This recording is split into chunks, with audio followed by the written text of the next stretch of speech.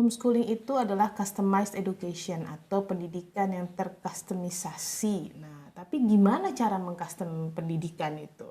Kita akan berbagi ya apa-apa yang kita lakukan dalam proses menghomeschoolingkan ketiga anak kami selama kurang lebih 20-an tahun ini. Pertanyaan mendasar sih biasanya emang bisa pendidikan itu disesuaikan atau dikustomisasi sesuai anak gitu. Kok kayaknya enak banget kalau bisa begitu. Iya, karena kita mindsetnya kan pengalaman kita bersekolah ya. Sekolah itu kan sama, Iya kan standar. nggak mungkin misalnya, oh saya hari ini nggak mau belajar yang itu, saya mau belajar yang ini aja, karena saya lagi nggak mood. Atau oh nggak bisa, saya nggak suka sama guru yang itu, boleh nggak gurunya? Kalau saya tukar aja gurunya. Atau jadwal saya beda, saya tuh nggak bisa kalau jadwalnya tuh jam segini sampai jam segini tuh pelajaran ini, karena saya mau nari dulu misalnya. Atau kita lagi semangat, saya lagi suka fisika nih, lagi belajar saya nih. maunya Gitu. fisika aja Ini lagi nyambung lagi, boleh nggak? Boleh nggak? Gitu. Kan nggak bisa kan kayak gitu kan. Tapi sebenarnya bisa nggak sih kayak gitu? Ya, yang menarik isunya ada dua. Satu isu legal, gitu ya. Apakah secara sistem hukum ini memungkinkan di dalam sistem pendidikan kita? Di mana seorang anak belajar sesuai dengan apa yang sedang dia sukai saat itu misalnya. Mengcustom bisa nggak gitu ya? Karena manusia kan unik, manusia itu kan beragam. Ya sekolah itu ada karena memang untuk memudahkan memang ya. Karena manajemen kelompok, manajemen orang, nggak mungkin kan 40 orang beda-beda gitu kan. Terus gurunya melayani 40 perbedaan. Ya itu kan kusut kan. Jadi manajemen kelas memang sulit gitu ya. Mungkin sih ada sistem yang kayaknya bisa lah. Tapi kita bicara secara umum susah gitu ya. Tapi sistem ada aspek legal, gimana sistem pendidikan ini berjalan, apakah bisa di custom. Kemudian ada yang kedua, ada aspek operasional. Apakah kita sendiri bisa menjalankan customisasi itu? Nah, di dalam pengalaman kami yang kedua itu bisa, gitu ya, karena kita sudah menjalaninya selama 20 tahun lebih gitu ya, dan anak-anak memang proses belajarnya tidak standar seperti sekolah.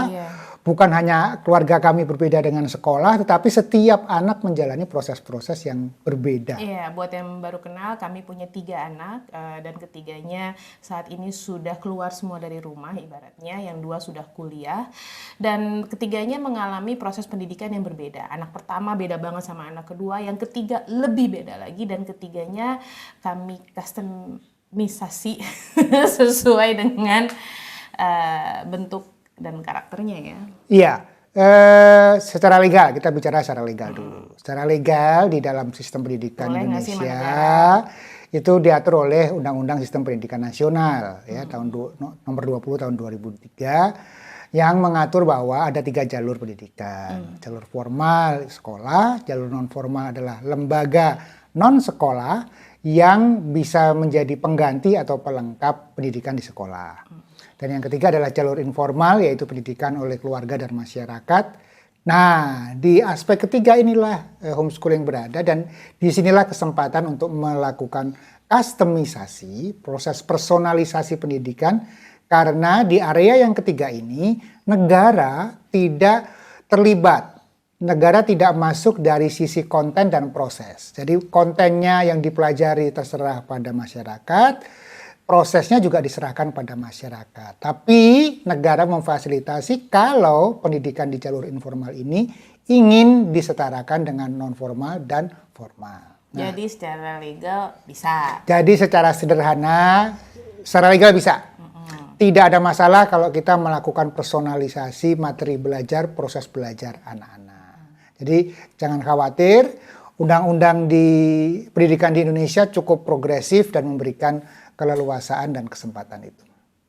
Oke, yang kedua dari pengalaman kita udah pasti. Bisa, gitu kan ya. Jadi homeschooling ini adalah kesempatan kita untuk melakukan personalisasi, customisasi pendidikan yang disesuaikan dengan anak, disesuaikan dengan keluarga, disesuaikan dengan konteks kehidupan kita.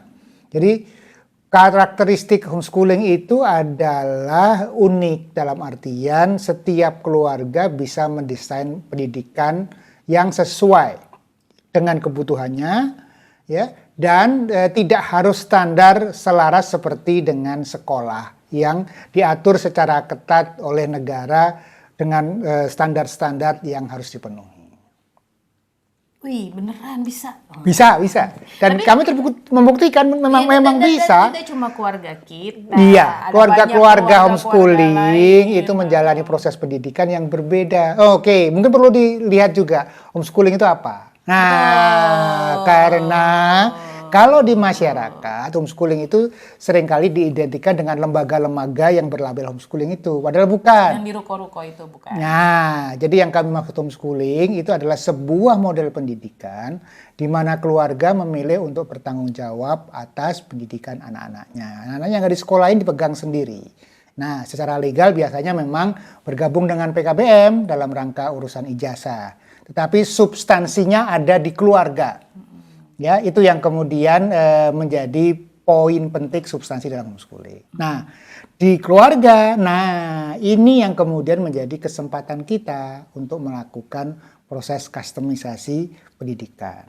Gitu. Jadi yang utama, proses yang penting adalah orang tuanya, kita sendiri sebagai pemimpin proses ini harus dapat mindset yang benar dulu. Tentang sebenarnya ini apa homeschooling itu gitu kan. Ya, terus tentang kalau pendidikan. mau di customisasi itu seperti apa gitu. Jadi karena kadang-kadang pengen custom tapi sebenarnya pengen semua. Padahal kan custom tuh sebenarnya kan sesuai dengan gitu kan.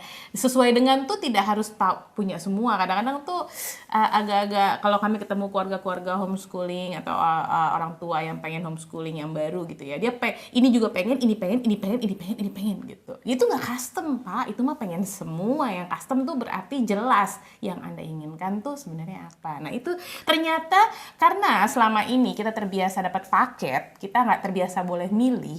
Kita kan terbiasa dikasih semua tuh. Jadi kita pikir yang bagus itu adalah yang semua gitu. Bisa excellent di semuanya gitu. Padahal secara manusia kita kan nggak mungkin excellent di semuanya.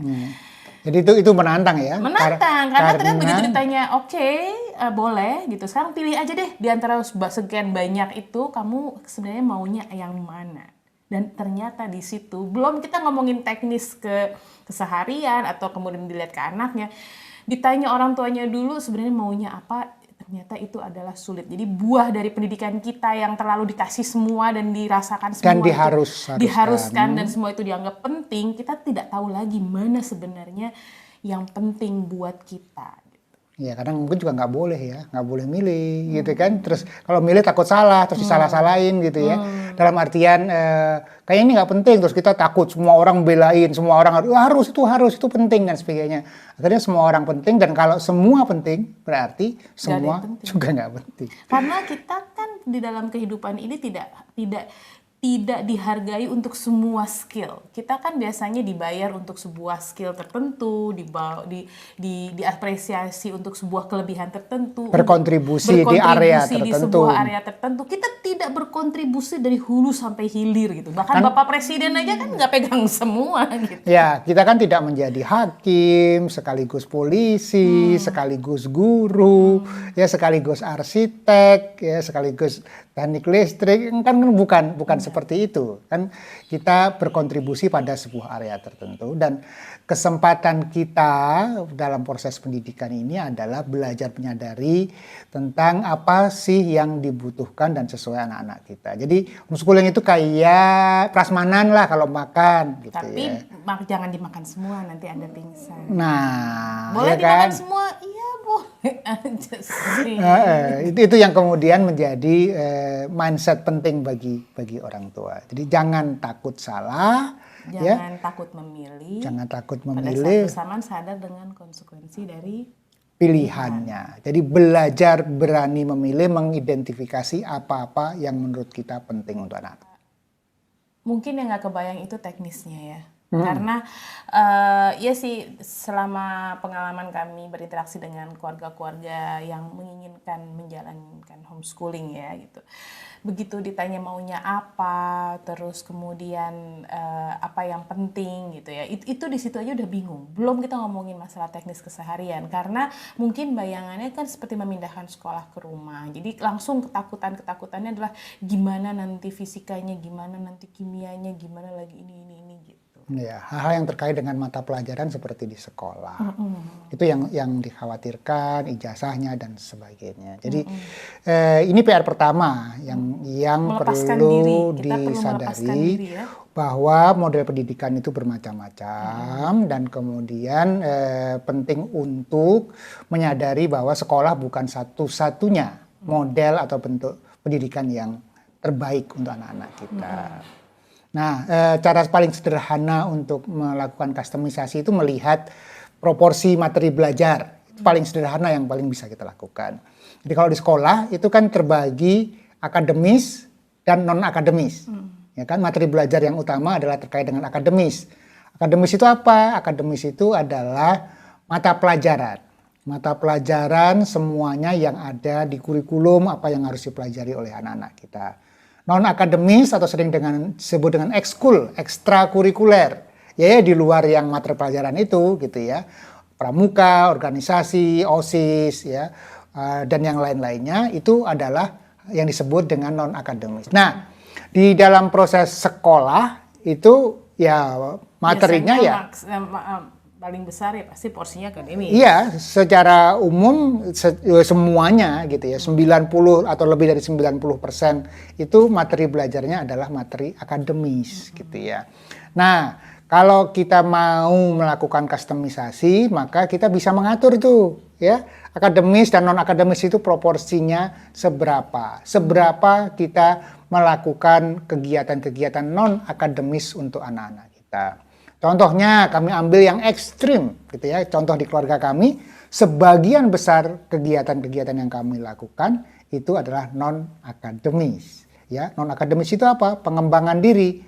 Ya, jadi kalau di keluarga kami 10% akademis, 90% non akademis. Nah, proporsi itu nanti kita jelasin ya. Kita nanti jelaskan lebih jelas. Tapi proporsi-proporsi itu sangat bisa kita atur kurang lebihnya, bukan dalam bentuk angka yang rigid bukan, tapi bahwa belajar itu bukan hanya aspek akademis saja. Iya, tapi kan biasanya kalau kita ngomong kayak gitu orang terus kemudian emang boleh gitu, emang bisa gitu ya. Apa nanti gimana pas ujiannya ketika kemudian kita lebih banyak belajar hal-hal yang non akademis. Nah, kuncinya adalah kita rela untuk dapat nilai jelek anak-anak.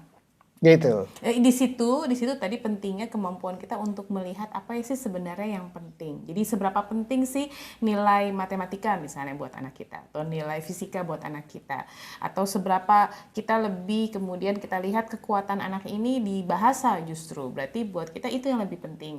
Jadi kalau dulu kita melihat semuanya dengan rata, di mana semuanya harus bagus nilainya, maka sekarang kita tahu mana yang sebenarnya kita lebih peduli dengan itu. Gitu. Nah, yang kepeduliannya bukan hanya di aspek mata pelajaran, termasuk di aspek non pelajaran. Misalnya, ya anak kita suka bola gitu ya, dan aspirasinya ingin menjadi pemain bola profesional, sehingga sebagian besar waktunya digunakan untuk latihan bola. Berarti ada konsekuensi karena lebih banyak latihan bola, sedikit belajar matematika dan pelajaran-pelajaran yang lain, maka kita sendiri harus rela kalau nilai-nilai lainnya jelek dalam konteks mata pelajaran atau kemudian wawasannya kurang terkait dengan mata pelajaran. Nah, kalau memang nggak rela, ya susah, gitu kan? Nah, itulah fungsinya dari custom. Jadi secara mental kita bisa fokus pada kekuatan anak, tetapi kita juga perlu menyadari bahwa waktunya cuma 24 jam sehari, dan kalau waktu itu dialokasikan lebih banyak untuk aspek yang A, maka aspek yang B-nya pasti berkurang. Iya, karena kita bukan superheroes. Nggak bisa dapat semuanya. Nah, di sekolah adalah dibagi rata mata pelajaran itu yang utama. Sehingga misalnya anak-anak yang suka berenang, jadi atlet berenang, waktunya jadi kurang untuk berenang. Nah, kita tinggal pilih mana. Mau seperti itu, seperti sekolah, boleh ya boleh. Itu kan yang berjalan normal, yang menjadi mainstream saat ini. Nah, tapi kalau kita ingin mengcustom, oh enggak, kayaknya aku merasa anakku memang ingin menekuni dunia renang, dunia atlet. Atau anakku senang menggambar dan kemudian ingin memperdalam di dunia visual, di dunia art dan sebagainya. Dengan konsekuensi di aspek-aspek yang lain lemah. Nah, ini sekali lagi yang perlu dibawa ke dalam kesadaran.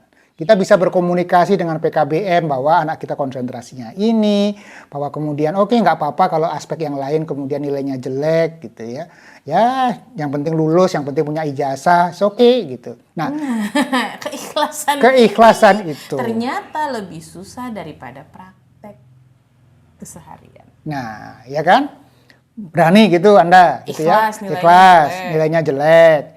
Ikhlas kalau kemudian anaknya seperti kurang berpengetahuan. Seperti nggak berpengetahuan, ditanya apa itu monokotil, dikotil nggak ngerti, ya kan? Ditanya hal itu tentang ya hal terkait dengan pengetahuan tidak menguasai gitu ya. Rekayasa genetika, DNA dan sebagainya nggak ngerti, biologi dan sebagainya.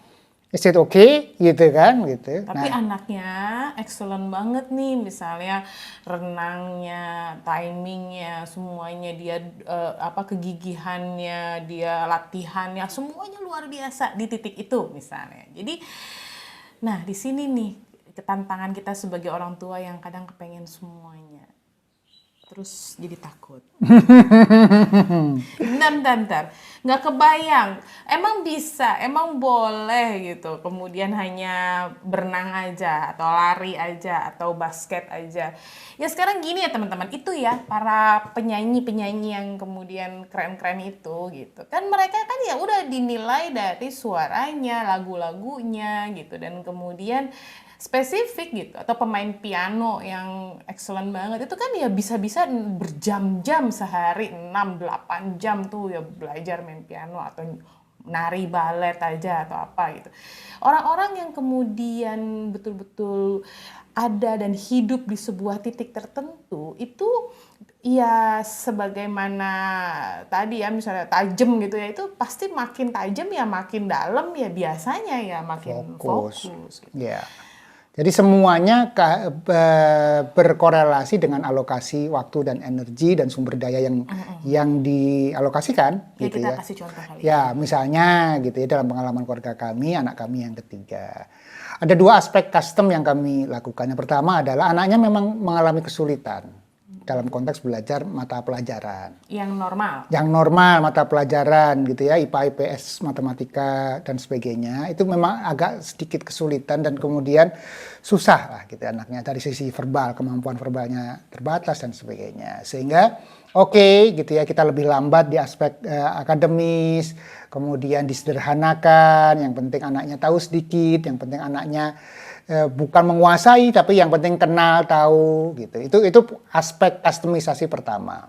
Kemudian kecepatannya juga termasuk kecepatannya gitu ya. Jadi kalau anak-anak sudah di level di umurnya sudah level yang banyak ya, lebih tinggi dan sebagainya, anaknya masih di level yang bawah, nggak apa-apa kalau buat kami. Nah, di aspek kustomisasi yang kedua adalah anaknya betul-betul fokus pada sebuah aspek tertentu. Nah, kebetulan yang digeluti anak kami ini adalah catur.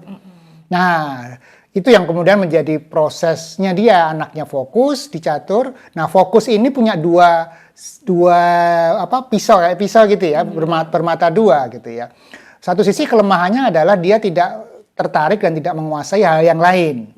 Gitu kan. Nah, pada sisi sebaliknya kekuatannya adalah karena dia fokus, maka ya betul-betul alokasi waktu dan energi dia teralokasikan dengan tajam di bidang itu. Jadi bisa-bisa dari pagi sampai malam kegiatannya itu latihan catur. Nah, ini kan yang kemudian mau dilihat apa? Mau dilihat sebagai kekurangan atau mau dilihat sebagai kelebihan. Tapi ya inilah contoh proses kustomisasi yang kami lakukan di keluarga kami. Iya, anaknya bahagia karena kemudian dia dapat ruang seperti yang mungkin cocok dengan dia, yaitu fokus di sebuah titik gitu ya. Pada saat bersamaan dia dengan kefokusannya itu akhirnya betul-betul bisa menjadi sesuatu gitu ya, bisa menjadi seseorang dan saat ini sudah menjadi salah satu atlet DKI gitu untuk catur gitu, dan fokusnya itu membuat dia memang bahagia menjalaninya. Jadi misalnya mungkin gitu ya, ada orang yang kayaknya berat banget ya sehari 8 jam belajar catur misalnya. Kalau buat dia ya dia Itu kesenangannya. itu kesenangannya, Gitu. dia menikmati gitu. Dia bahkan jadi kalau dilihat jadwal kesehariannya itu, walaupun ya selama 8 sampai 8 jam itu bukan berarti sama terus, pasti mungkin ada taktik, ada apa, tapi ya semua baunya itu gitu ya. Nah, jadi itu juga terjadi pada teman-teman homeschooling yang lain yang anaknya yang fokus. Betul. Ya, ada yang fokus menggambar, ada yang fokus ke olahraga yang lain, renang, bulu tangkis dan sebagainya. Nah, proporsinya ini yang kemudian setiap keluarga bisa mengatur seberapa fokus, seberapa waktu alokasi untuk kapasitas yang mau difokuskan. Sementara yang lainnya yang akademis seberapa mau diangkat dan sebagainya. Jadi itu contoh proses kustomisasi yang bisa kita lakukan. Di aspek akademis pun sebenarnya kita bisa melakukan kustomisasi. Misalnya apa? Misalnya terkait dengan kecepatan anak kita. Jadi kalau di sekolah itu kan misalkan anaknya umur berapa? 10 tahun. Harus bisa ini. 10 tahun ada di kelas 5 kurang lebih ya kan. Maka kemudian anak belajar satu paket materi belajar, kemudian naik ke kelas 6. Tapi kalau kemudian ada materi yang tidak bisa, pasti nggak naik. Ya nggak, kalau nggak naik ya nggak naik semuanya. Gitu. Jadi karena cuma satu materi itu misalnya yang kurang. Ya, jadi either yang kemudian pilihannya adalah naik semua yang kemudian dipaksa naik kelas, belajar semuanya, atau kemudian di bawah kalau turun bertahan tidak naik kelas, maka dia harus mengulangi semuanya. Nah, dalam proses homeschooling, kustomisasi yang bisa kita lakukan adalah anaknya bisa belajar secara modular. Artinya misalnya gitu di kelas 5 tadi gitu ya, ternyata dia kuat di matematika. Matematikanya materi kelas 5 bisa nggak masalah, bahkan di atasnya dia materi belajar matematika kelas 6 atau SMP kelas 7. Tetapi dia punya kelemahan di sisi misalnya bahasa gitu ya. Ternyata dia kesulitan belajar bahasa Indonesia, susah memahami dan sebagainya, sehingga di aspek bahasa ini mungkin dia di level kelas 3 atau kelas 4. Dan itu nggak apa-apa. Dan itu tidak apa-apa. Gitu. Jadi inilah menjadi kesempatan di dalam proses homeschooling yang membuat kita bisa mengatur proses-prosesnya sesuai dengan kecepatan anak-anak kita. Materi belajarnya juga sangat bisa diatur. Ya, kalau tadi ekstrim catur gitu ya, atlet, seni dan sebagainya misalnya. Kalau di sekolah tidak ada pelajaran coding, programming. Anak kita bisa belajar coding, belajar animasi, dan belajar materi-materi yang lain yang menurut kita penting. Termasuk buat orang tua yang merasa, kalau buat aku yang penting adalah kesadaran lingkungan. Ya, masalah bercocok tanam, beternak, mengolah hasil limbah dan sebagainya, semua itu penting karena ini bagian dari kesadaran yang penting dimiliki di zaman ini. Kalau Anda mau seperti itu boleh, sangat boleh sekali.